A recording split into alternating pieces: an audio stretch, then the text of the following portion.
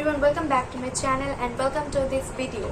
सो recently मैंने अपने community पे एक पोस्ट डाला था कि आपको किस तरह की वीडियो देखनी है मेरे चैनल पे next. So most of the votes are on the hospital duties. So here is a video about hospital duty of mine.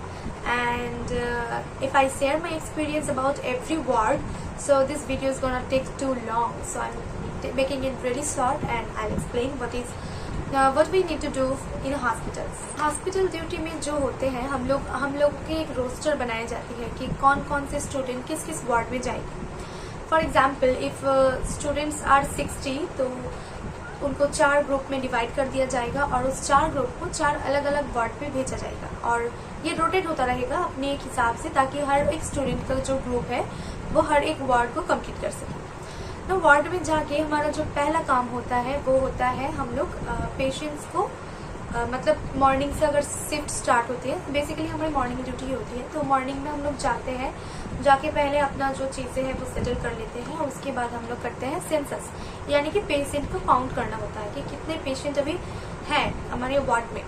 तो एक साइड से हम लोग काउंट करना शुरू करते हैं और एक साइड से एकदम काउंट करके आ जाता है। फिर जितना भी होता है हमको सेंसस रजिस्टर में लिखना पड़ता है और इन्फॉर्म करना पड़ता है स्टाफ को कि इतने सेंसस हुए हैं अभी। उसके बाद जो होता है बेडशीट चेंज करना पड़ता है, क्योंकि hygiene is most important in hospital, ताकि इन्फेक्शन कंट्रोल हो सके। तो हम लोग पहले बेडशीट चेंज करते हैं। Now bedsheet is also it is very unique कि हर एक दिन के एक अलग अलग कोड होता है कि इस दिन इस कलर का ही बेडशीट लगाया जाएगा। तो फॉर एग्जांपल संडे को व्हाइट कलर का बेडशीट लगेगा, मंडे को पिंक कलर का लगेगा, तो हमको उस अकॉर्डिंग बेडशीट जो है चेंज करना पड़ता है। तो हर एक पेशेंट को न्यू बेडशीट देते हैं और उनका बेड भी हम लोग बनाते हैं। बेड बनाने का जो तरीका है वो ऐसा नहीं कि हम लोग घर पे जैसे बनाते हैं, बिल्कुल भी वैसा नहीं है। एक अलग अलग प्रोसीजर है, अलग टेक्निक है, पहले लैब में सिखाया जाएगा, उसके बाद हम लोग ये प्रैक्टिकली करेंगे अपनी क्लिनिकल पोस्टिंग्स में।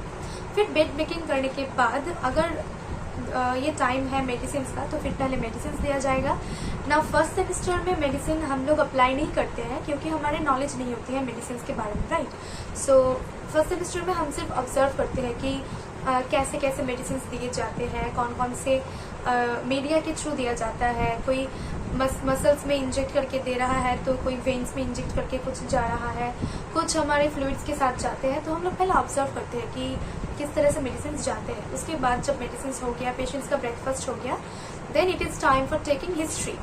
ना history taking it's not like कि हम जाते ही एकदम इंटरव्यू सेक्शन में स्टार्ट कर दे कि आप ये बताइए, आप वो बताइए, ऐसा कुछ नहीं है। एक इसका भी प्रोसीजर होता है जो हम पहले टेक्स्ट बुक में पढ़ेंगे, फिर प्रैक्टिकली लैब में करेंगे, उसके बाद हम लोग पेशेंट को अप्लाई करेंगे। ना हिस्ट्री टेकिंग के साथ साथ हमें फिजिकल एग्जामिनेशन भी करना पड़ता है। Physical examination in the sense हम लोग सर से लेके पाँव तक चेकअप करते हैं through inspection, परकसन, auscultation and palpation, and sometimes we use a stethoscope for specific system like cardiac system or respiratory system and also GI system, but some systems are like integumentary system. It doesn't require any stethoscope. We can just tell things by inspection or palpation.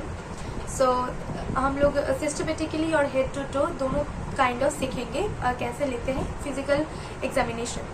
अब ये जो history taking और physical examination है, this is most vital and most important, क्योंकि ये हम लोग सीखेंगे फर्स्ट सेमेस्टर में और ये हमारा up to the end of the course हमारे साथ रहेगा। क्योंकि मतलब जो भी आपको करना है, जितने भी असाइनमेंट्स मिलेंगे आपको पेशेंट्स के ऊपर, आपको उसका हिस्ट्री लेना ही है और फिजिकल एग्जामिनेशन करना ही है। तो अच्छी तरह से ये सीख लेना चाहिए और इसे अच्छी तरह से अप्लाई भी करना बहुत ज़रूरी है।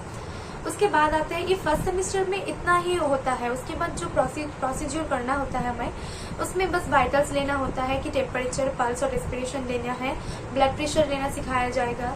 फिर ब्लड प्रेशर के साथ साथ आपको ये जो वाइटल्स का पोर्शन है ये कंप्लीट हो जाएगा। उसके बाद हमें करना पड़ता है रेंज ऑफ मोशन एक्सरसाइज, एक स्पेसिफिक एक्सरसाइज है ताकि जॉइंट मोबिलिटी रहे। फिर हम करते हैं इनटेक आउटपुट चार्ट मेंटेन करते हैं कि कौन से फ्लूइड जा रहा है और कितना एलिमिनेशन हो रहा है बॉडी से, ये भी हम लोग मेजर करते हैं फर्स्ट सेमेस्टर में। और क्लिनिकल पोस्टिंग जो है फर्स्ट सेमेस्टर में बहुत ज़्यादा नहीं है, कम है, और मेनली मेडिसिन और सर्जिकल वार्ड में ही ये होता है।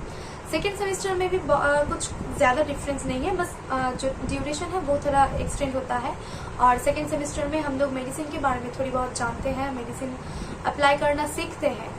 उसके बाद आता है थर्ड सेमेस्टर में। थर्ड सेमेस्टर में भी हमारा कुछ ऐसा चेंज नहीं होता, पोस्टिंग हमारा ये मेडिसिन वार्ड और सर्जिकल वार्ड में ही रहता है। और क्योंकि यहाँ पे मेडिकल सर्जिकल नर्सिंग ऐड होता है हमारे सब्जेक्ट का, तो इसके लिए हमारा पोस्टिंग ओटी सीसीयू में भी होता है। Now OT and CCU is very vital place to be in and it is also very exciting state कि हमें इतना अच्छा कुछ देखने को सीखने को मिलेगा। तो वहाँ पे प्रोसीजर भी बहुत होता है, बट ज़्यादातर फर्स्ट हम लोग ऑब्जर्व ही करते हैं, क्योंकि हमें पहले नॉलेज लेना पड़ता है कि कैसे परफॉर्म होता है चीज़ें। तो हम लोग पहले ऑब्जर्वर होंगे और उसके बाद हम लोग असिस्ट करेंगे। बहुत सारे डिफरेंट मतलब पार्ट होते हैं कि नर्सिंग का जो है ओटी में, सच एज असिस्टिंग नर्स होता है, कोई स्क्रबिंग का नर्स होता है, तो बहुत सारे पार्ट्स होंगे। तो उसके अकॉर्डिंग आपको पहले थ्योरी क्लास होगा, फिर उसके बाद आपको प्रैक्टिकल के लिए लैब में सिखाया जाएगा and then you will apply it. So third semester में हमारा हो गया सीसीयू, ओटी और medicine ward, surgical ward is compulsory, तो रहेगा ये मेल फीमेल मिला के। अभी थर्ड सेमेस्टर में जो है हम मतलब मेडिसिन देना भी स्टार्ट करते हैं और हमें सिखाया भी जाता है कि किस तरह से मेडिसिन देना है, कौन से मेडिसिन किस रूट में जाता है। कुछ खाने के लिए होता है, कुछ इंजेक्शन के लिए होता है। अब इंजेक्शन के भी बहुत सारे एंगल होते हैं, डर्मली, इंट्राडर्मली, मस्कुलरली, वेनस, इंट्रावेनसली, तो बहुत सारे टाइप्स होंगे जो आपको बाद में धीरे धीरे पता चल जाएगा। उसके बाद आते हैं हमारा जो फोर्थ सेमेस्टर में आगे आप जितने भी सेमेस्टर आगे जाएंगे आपके कॉम्प्लिकेटेड सब्जेक्ट्स ऐड होते जाएंगे और उसके साथ साथ आपको क्रिटिकल जो वर्ड होते हैं वो भी आपको मतलब अलॉट होता जाएगा। तो उसके बाद में धीरे धीरे आपके साथ ऐड होगा जबकि पेडियाट्रिक नर्सिंग आपकी सब्जेक्ट होंगी, तो आपको पेडियाट्रिक वार्ड में जाना पड़ेगा। उसमें आपको पेडियाट्रिक वार्ड में एक तो जाना पड़ेगा, फिर एसएनसीयू, एनआईसीयू, पीआईसीयू, यहाँ पे भी आपको जाना है। पीपी यूनिट में भी आपको जाना है, जहाँ पे वैक्सीनेशन इज मोस्ट वाइटल।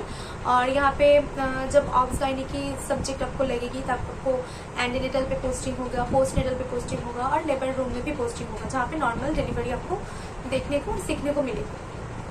उसके बाद आते हैं हम लोग मेंटल हेल्थ नर्सिंग हमारे सब्जेक्ट है, तो इसके लिए हमको साइकेट्रिक वार्ड में ड्यूटी अलॉट होता है और इसके अकॉर्डिंग हमें सेम टू सेम प्रोसेस है, बस साइकेट्रिक नर्सिंग में थोड़ी सी चेंजेस होती है। मतलब हिस्ट्री टेकिंग जो फॉर्मेट है वो अलग होता है थोड़ा सा, कुछ प्रोसीजर भी बहुत अलग होती है और बहुत सिंपल सी प्रोसीजर होती है, तो ये भी थोड़ा अलग से आपको सिखाया जाएगा। तो ये गई साइकेट्रिक वार्ड की बात। आप इसके बाद आते हैं कम्युनिटी। कम्युनिटी जो है एक वास्ट सब्जेक्ट है और ये एक लौता सब्जेक्ट है जिसके लिए आपको हॉस्पिटल में क्लिनिकल पोस्टिंग्स नहीं होगी, आपको कम्युनिटी जाना पड़ेगा। तो उसके लिए आपके कॉलेज जो है वो डिसाइड करेगी कि आपको किस कम्युनिटी पे जाना है और उस कम्युनिटी पे आपको मतलब कितना एरिया है आपके अंडर में जिसमें आप लोग सर्वे करेंगे, हिस्ट्री लेंगे, केयर प्रोवाइड करेंगे। तो ये जो कम्युनिटी का केयर है ये आपको जो कम्युनिटी में सेंटर्स होते हैं, आईसीडीएस स्कूल होते हैं, तो उसके अकॉर्डिंग आपको मतलब साइमल्टेनियसली उसके साथ मिल के आपको काम करना होता है। घर घर जाके पूछना पड़ता है, हिस्ट्री लेनी पड़ती है, किसी को कुछ प्रॉब्लम हुआ है या नहीं, हेल्थ एजुकेशन ऑल्सो आपको देना पड़ता है। तो ये रही कम्युनिटी की पोस्टिंग। सो इससे ज़्यादा कुछ खास नहीं होती और प्रोसीजर में हमें बहुत सारी चीज़ें करनी पड़ती है। अभी सेमेस्टर वाइज तो मैं अभी मतलब टिकट करने बैठूँ तो बहुत सारा टाइम चला जाएगा, but beside from giving medicine to the patient, we need to take care of the patient for our entire shift, checking if their fluid is going perfectly, if the channel or cannulization is normally placed। फिर catheterization करना पड़ता है ताकि urination जो है वो normally जाए, bowl pattern कैसा है हमें देखना पड़ता है। उसके बाद पेशेंट्स के वाइटल्स मॉनिटर करना, जो कि एक टाइम ड्यूरेशन आपको दे दिया जाएगा कि इस पेशेंट को इतना इंटरवल में चेक करना होता है। और किसी के बिफोर ब्रेकफास्ट, आफ्टर लंच ऐसे प्रोसीजर होते हैं, तो आपको उसके अकॉर्डिंग करना पड़ता है। और उसके साथ साथ डॉक्यूमेंटेशन में आपको उसके उस पेशेंट का मतलब अंडर जो लिस्ट होता है, BHT होता है, जो टिकट होता है, उसका आपको डॉक्यूमेंट भी करना है कि आपने इस वक्त पे ये प्रोसीजर किया, ये मेडिसिन पेशेंट को दे दिया गया है। तो आपको ऐसा मेंटेन करना पड़ता है और बहुत सारे रजिस्टर होते हैं जो आपको मेंटेन करना पड़ता है। But most important thing you need to care about is preventing infection.